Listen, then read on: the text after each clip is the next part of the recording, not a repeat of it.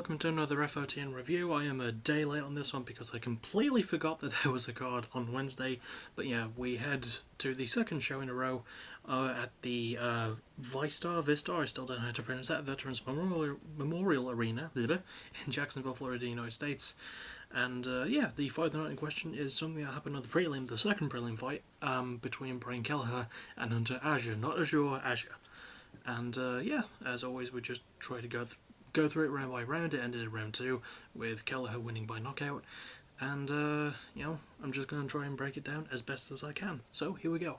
So round 1 starts, and both men obviously, you know, they start to meet in the middle, and there is a bit of a feeling out process for the first 30 seconds, and then it's Hunter who actually starts to land a heavy clip. He lands some really good shots on Kelleher.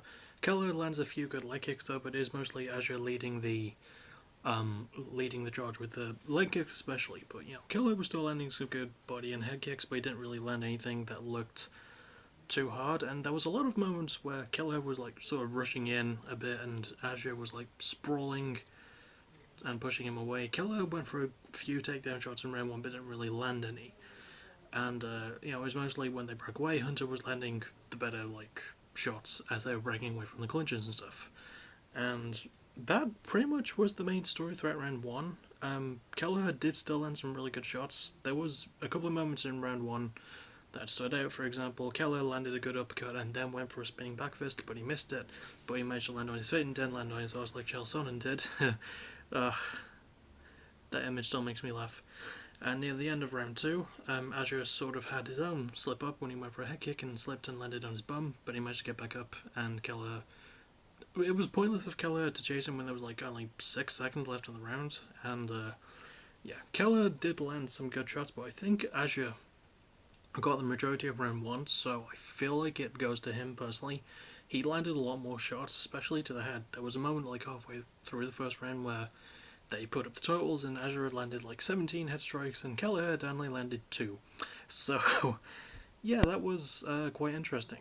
But, and this is something that Daniel Cormier actually mentioned as well, not the head strokes thing. I just like hearing Cormier in commentary. Not only is he a great fighter, he's a great commentator, and he brings up the fact that normally in, you know, if this were a normal UFC card without the pandemic going, you'd have a crowd like roaring, you know, and it would be hard for the fighters to hear advice from their coaches. But because there isn't a crowd, it's a lot easier to hear their coaches. The problem is the other fighter can hear their opponent's coaches as well, so they're a bit more prepared to like defend themselves, which I thought was a really good point, and I want to give like bonus props to Daniel Cormier for bringing that up. I thought that was actually quite smart of him to point out. But yeah, we're moved to round 2, and it is sort of the same story throughout round 1, but Kelleher is starting to push forward more. He's landing some good shots, he's setting things up more properly with the leg kick now and like throwing shots behind that leg kick, and he's following up a lot better. He does manage to get like into a good clinch, and Azure, instead of like pushing Kelleher away like he'd managed to do throughout pretty much the entirety of round 1, he sort of like turned and had Kelleher against the fence, but it doesn't last long, the two do eventually break away. There is a moment in round 2 as well where Kelleher accidentally lands an inside thigh kick that hits Azure in the gonads, but it was like a brushing shot, and Azure was like, yeah, we'll shove it aside. And the referee for this was Jason Herzog, and he's normally a really good ref, so if he thought it was a serious shot, he would stop the fight, but he obviously thought, nah, you two are fine, go ahead. So they just kept going.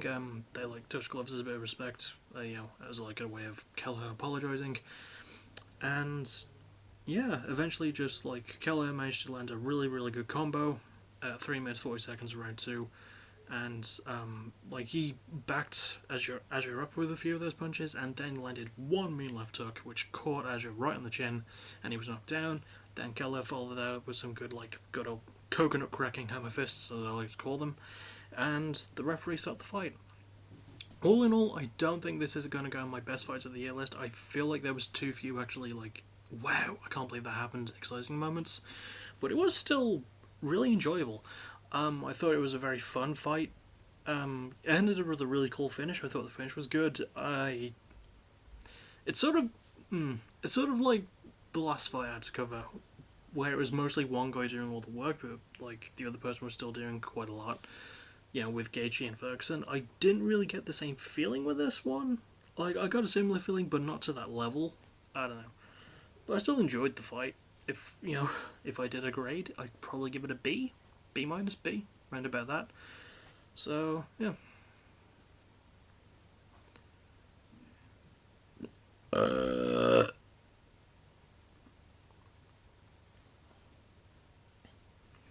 But yeah, what did you guys think of the fight? Did you enjoy it? I mean, I did. I liked it. I thought it was really fun.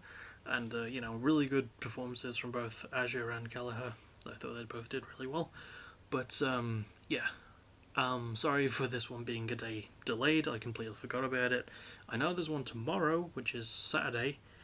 And so, you know, if there's a Fight of the Night review, I'll review it the day after. The next thing you should see me for after that is PBW, and then possibly a new backtracking episode after that. Possibly. Actually, no. There's also Reverence, the pay-per-view next Friday. It'll either be Reverence or backtracking or both at the same day. I don't know. Whatever happens, happens. As always, thank you for watching. You're awesome. Bye-bye.